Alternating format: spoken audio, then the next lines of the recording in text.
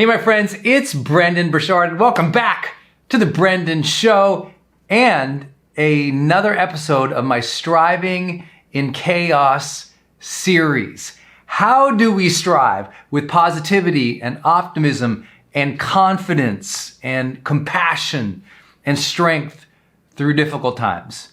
Obviously, it has not been an easy series of weeks as we see people infected, passing away, losing jobs, trapped, fearful, and in a place where sometimes those emotional ups and downs are just wrecking your day, even if you are safe, even if you are home, even if you have a job, even if you're one of, quote unquote, the lucky ones.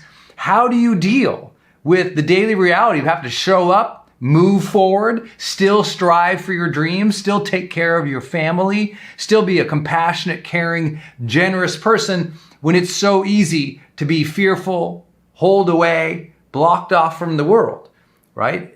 How do we deal with that? That's what this series has all been about. For those who are new, I've been doing this series called Striving in Chaos.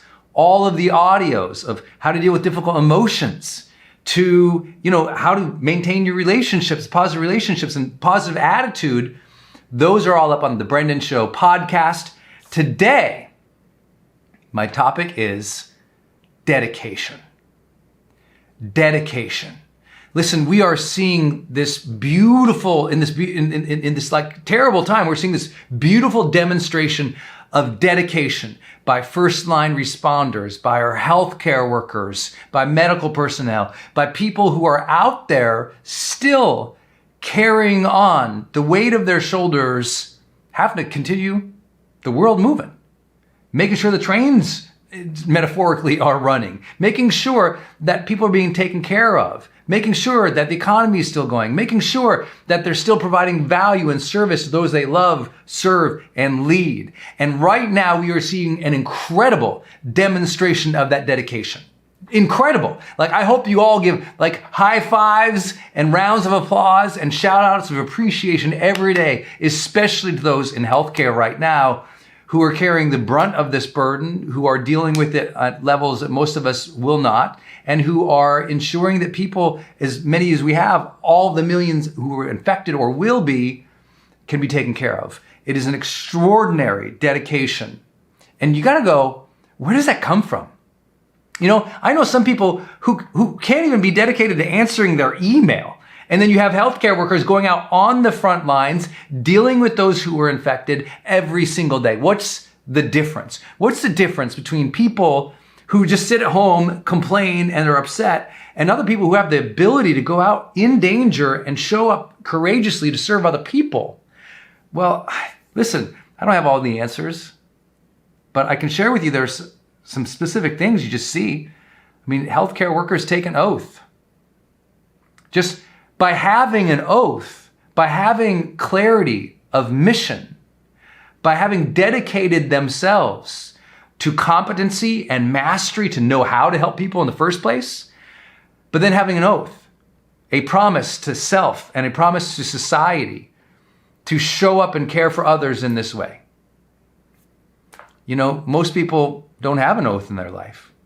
Have you taken an oath to be a specific type of person for your family and those who you love? Have you ever written it down anywhere?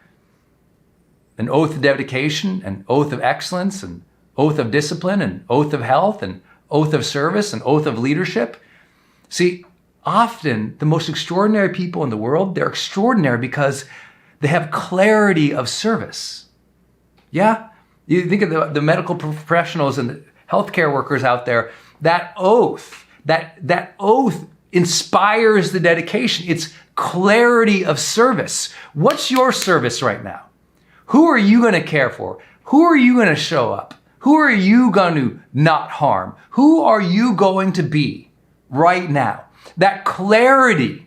When you have clarity, it's easier to have dedication. When you're bored all day, you know why you're bored all day? No clarity of mission. Of course you're not dedicated and disciplined. You don't have clarity. Discipline and dedication always come after clarity. But I still say, you can be dedicated right now to show up every day for your good habits, to show up every day for those you lead, to show up every day like this if you have a platform or a message to share with people. Like, I'm dedicated. I'm here every day since this began. Doesn't always feel good, don't always want to do it, but I have to say, you know what? I dedicated myself to being available every day. Show up, Brendon. Comb your hair, shower once in a while, put a shirt on, put those lights on, talk to the people, because I love you guys. Clarity of how you want to serve and how you want to show up, that's dedication. Dedication is also doing the thing. Just do the thing. Just show up, answer the emails, make the calls, take care of the family, get the shopping done, show up in a dedicated way. That consistency of you being dedicated for your family by having a good positive mindset, that means everything right now.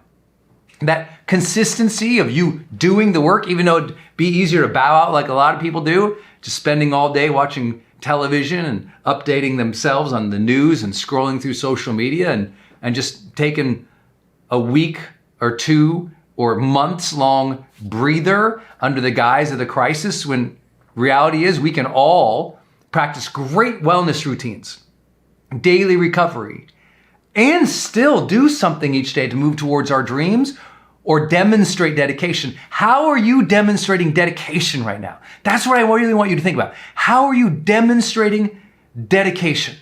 Like, what's it looked like this last week? What's it look like the last 2 weeks, 3 weeks, 4, 5, 6 weeks of this thing now? How have you really shown up? What have you shown? Like, if we said, wow, this person's really dedicated, how'd that show up? I know many of you, you've been dedicated for your families, and I love you for that.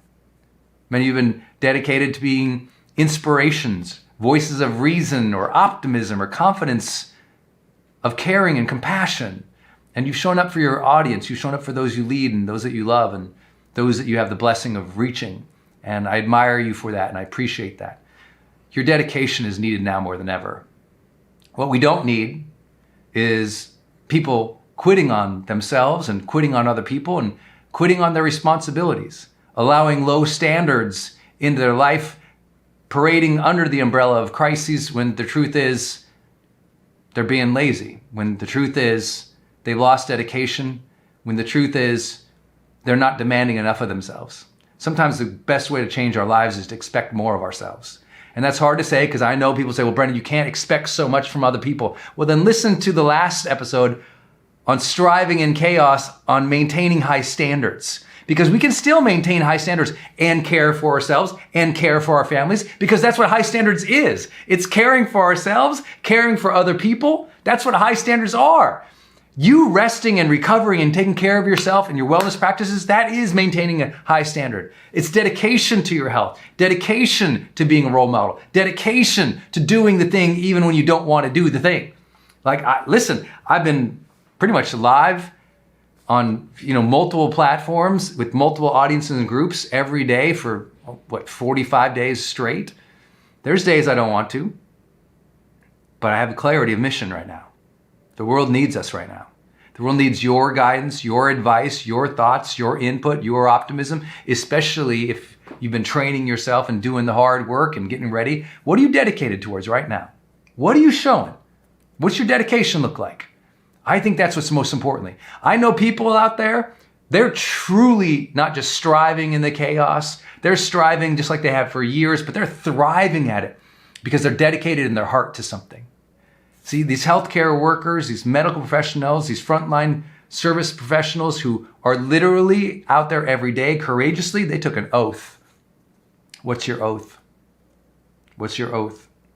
Are you showing up every day for it, even when it's hard? I'll say one other thing that I've witnessed from healthcare workers and a lot of friends out there in that space. It's not just an oath to care for others. It's an oath to deliver with excellence. It's an oath to continued mastery. It's an oath to say, I will always continue my education, because there's always something new to learn in healthcare, right? There's always something to learn if you're a fireman or you're a police officer. There's always something more to learn. You don't stop learning. So for those of you who stop learning in this crisis, please take some inspiration for the dedication of our frontline professionals out there who are keeping the world going. This is a great time to visit what you're really dedicated to in your life right now. Great time to really think deeply about what deserves your dedication. A great time to think about how you show up on a daily basis. A great time to challenge yourself to strive, even in chaos. I love you all, and I really appreciate you guys. I think that you are absolutely incredible, and I admire how much you have been giving and serving and inspiring each other. I think it's really a great time to learn about yourself and a great time to engage in self-mastery, to deepen that personal development, to ask the hard questions, and to show up for yourself and your family every day. I said it from day one, we all have opportunities to be role models right now. That's pretty incredible. We have opportunities to serve in our own way. That's pretty incredible. We have opportunities to learn and really reconnect with our wellness again. I think that's a beautiful thing. I'm here for you every single day. I'd love to take any of your questions here today. I see you all. I love you too, Joel. I appreciate that. Very nice to say. Let's see. When people are saying, easy enough for you to say, Brendon, I know. It's always easier said than done. That's the whole point of dedication. Listen, people have lost their job, still kept a good attitude. I know that because I coach a lot of people who've been dramatically affected, who lost their businesses that they spent their entire life building. Not a job they had for a while, a business they'd spent their entire life building. I have friends who've been in the hospital. I, just like many of you, have people in our circle of influence who passed away. And so what do they want of us? They want to see us carry on. They want us to see kind. They want us to appreciate life. We can all say, well, it's easier said than done. People can just keep good attitudes. No, there are people who had tragedy in their lives who still kept good attitudes because they chose to do the hard work to do that. Let's see. Laya is asking, how can you be productive at home? You get your morning routine locked in. You fill out your high performance planner every single day. You schedule time in which you consume information. I only consume information twice a day for 15-minute blocks of time, where I'll take on that 15 minutes to check in social media or check in the news. Only twice a day for 15 minutes. Scheduling that is important. Scheduling the major activities which you need to do each day in blocks of time that you also communicate with your family. Like Denise knows I have to do a live right now. She knows. So she knew this morning. We're like getting on the same plan and letting everyone in the household know what that plan is and trying to do that together. That means a lot. Let's see. Can you do more videos about self-doubt? Sure. Go to my YouTube channel and check out my videos on self-doubt, and also read my book, The Motivation Manifesto, an entire chapter on doubt that could really, really change your life. Let's see. How can I project what I want to say when nobody seems to be listening right now? You're sitting down and scheduling it. I mean, it's just sitting down with a piece of paper. Like, think about it. If you're going to go live for the next 10 days, draw 10 boxes on a piece of paper, ask, what's my topic for this day? What's my 3 teaching points for this topic? Be dedicated, show up and go. Thank you. Hi, Jenna. Oh my God. Jenna. I'm going to try to tune you in because you can always talk about this topic with people if you want to. I just see a bunch of people going by, and I saw Jenna Kutcher, who I love and adore, and hope you guys all follow. Hi, I see you guys from Turkey. Hello. I see you. Thanks for tuning in. Argentina's in the house. That's awesome. Oh my gosh! Doing this to me right now. Oh my gosh, Jenna, what's up? Hi, buddy. Hey, good seeing you. This is motherhood /COVID /creation. I get it. My office right now is a disaster, and I have not yet showered today. No one's business. That's good. No one's business. This is good.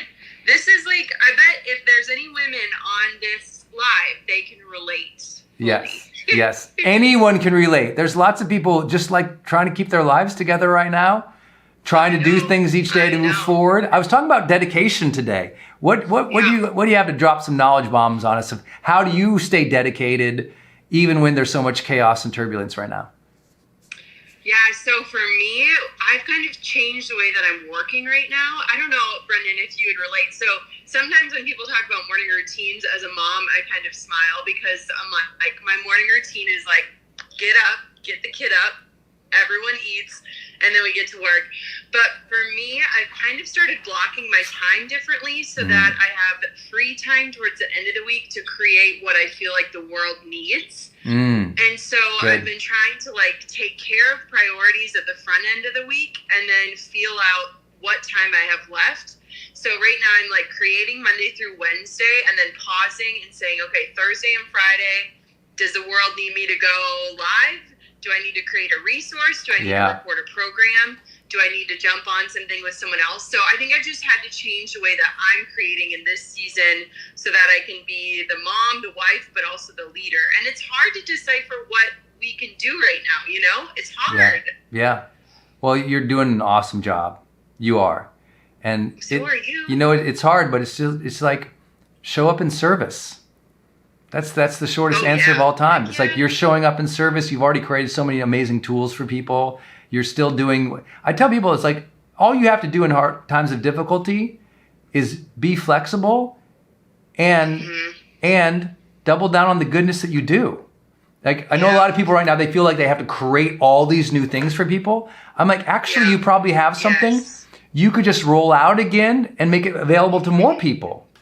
You know, we all feel like. And I think too, I think it's so important because I feel like a lot of creators right now, it's like we're straddling this line of protecting what we've already built and like solidifying that foundation we've laid while also like timely serving. And I feel like it's really easy to get pulled in one direction or the other. Yes. And it's really hard to find that balance. And so for me, it's like, where is my time best spent right now? And part of that time is protecting what we've already worked on building. Smart. And then the other part of that time is like, how do we serve in the future? And I think I got exhausted the first week that everything kind of hit the fan because like we're empathetic leaders. Like we care, we know, we're not so removed from like not knowing if you're going to pay your mortgage that month. And so it's really hard as an empath to navigate seasons of crisis because you're wanting to save everyone, but you also have to protect what you've built. And it's like this weird juxtaposition, you know? Yeah. Can you relate?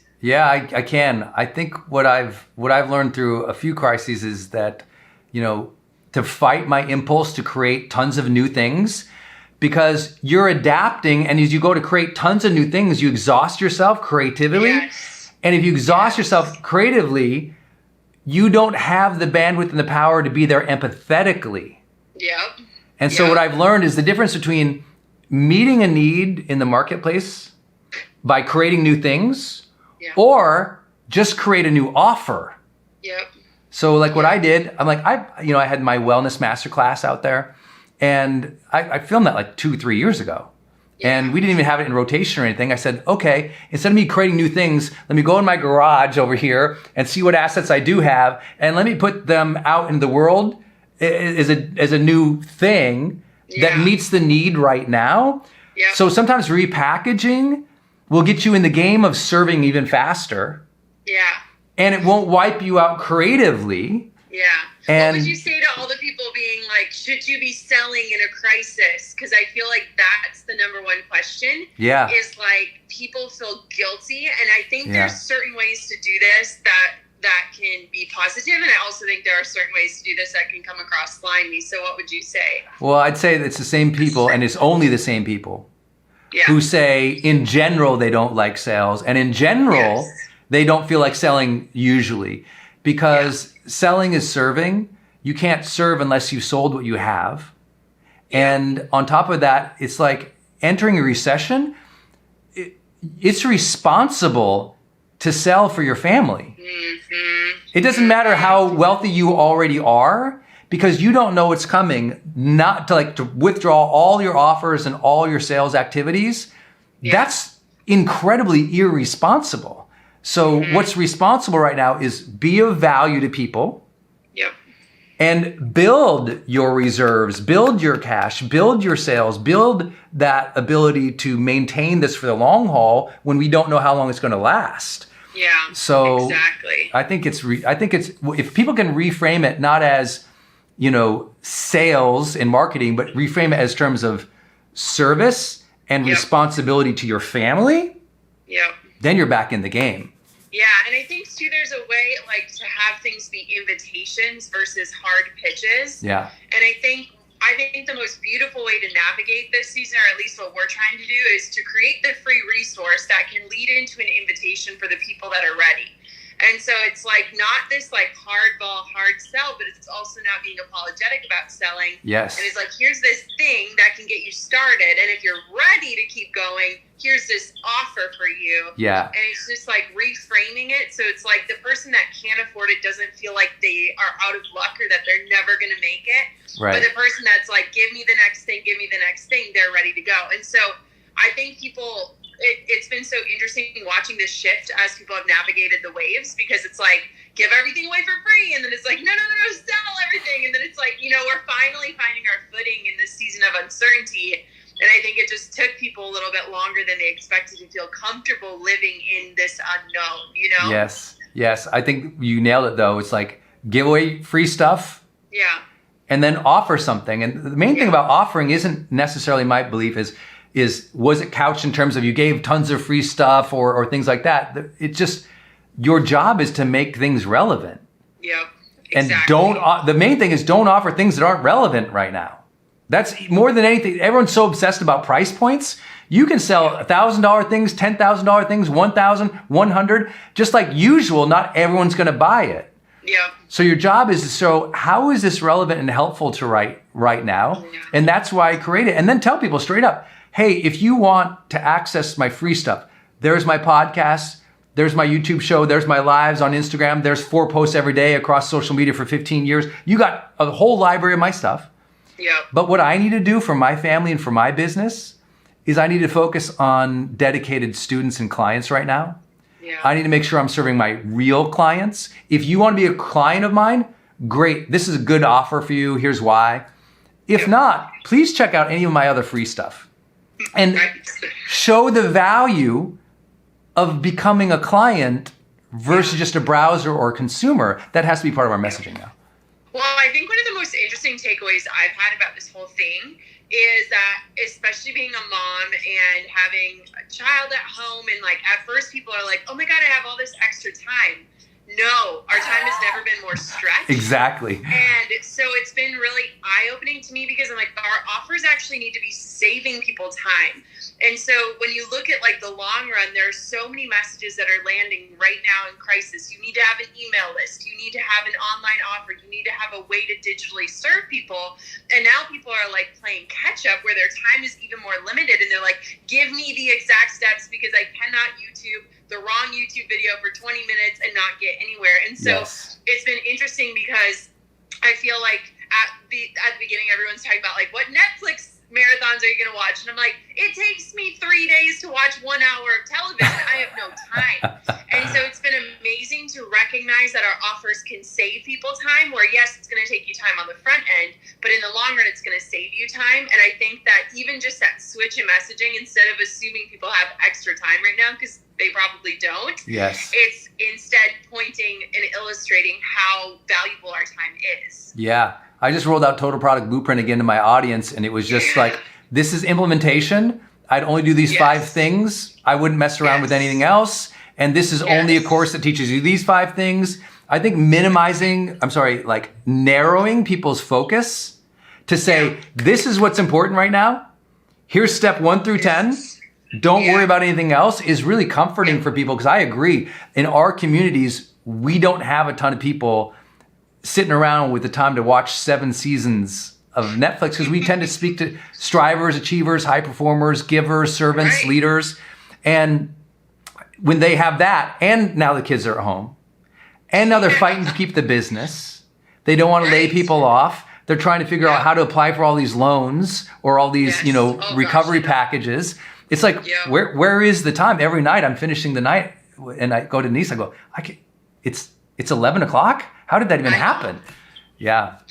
Yeah, it's been interesting. And I just think too, it's like, I think our biggest job right now, especially as marketers, is to lead by example on how you can sell through seasons and how you can build things that can navigate these crises, but also to like be that example that people are looking up to. And I think for so many of us, when things hit the fan, it's like, wow, we are so fortunate to have virtual teams and to have virtual products, yet we're still being impacted because our customers are being impacted, which is that extra challenge. Yes. Because while our businesses are foolproof in terms of being online and being able to serve even in the midst of this, our customers are hurting right now and our clients are hurting. And so it's this beautiful dance of like serving and figuring out the right offer and the messaging. And it's like putting this all together in a way that really shows like who's leading through these troubled times. And so it's been really just eye-opening. I've never gone through anything like this. I've been in business for 9 years, and this is the first time I'm seeing something like this. So it's been kind of crazy.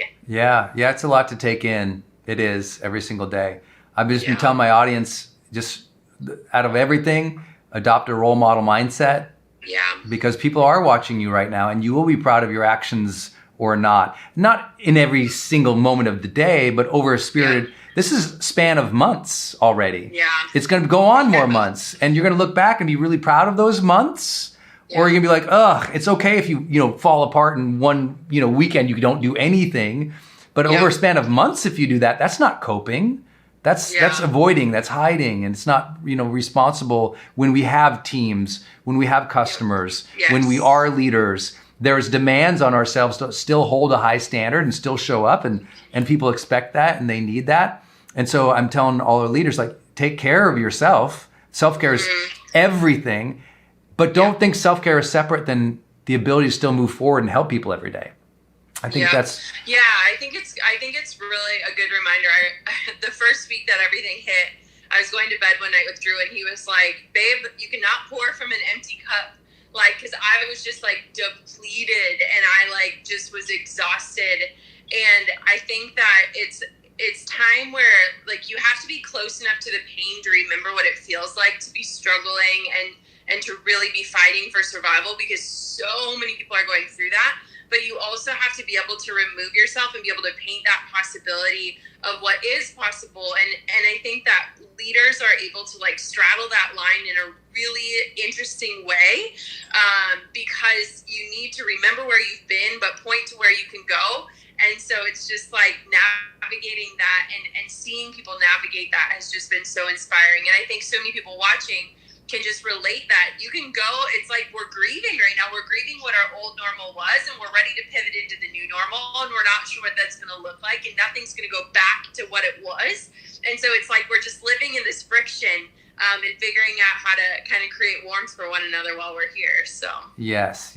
And I think the most important thing is to remind people they've been through crises and they've been turbulence before. Yes. They've been through, the first months after child, the first months after they started the business, we can do hard things. The time they lost their jobs. Like, you've done so many hard things. And for the vast majority of people, being home is more challenging and is more exhausting.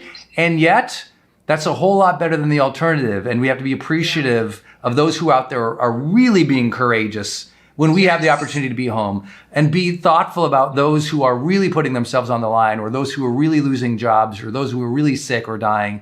Like, it's so easy to get trapped in our own, like, oh, I didn't get to do my thing today that I usually get to do. Yeah. And instead, like the number one thing in all of crisis is keeping perspective. Yep. Because if you can't do that, you'll be unmoored emotionally. You'll be unmoored mentally, and your mind will go all over the place if you don't keep a higher ground, a higher faith, or a higher purpose, or a higher mission, a higher dedication, just like our healthcare workers, a higher oath.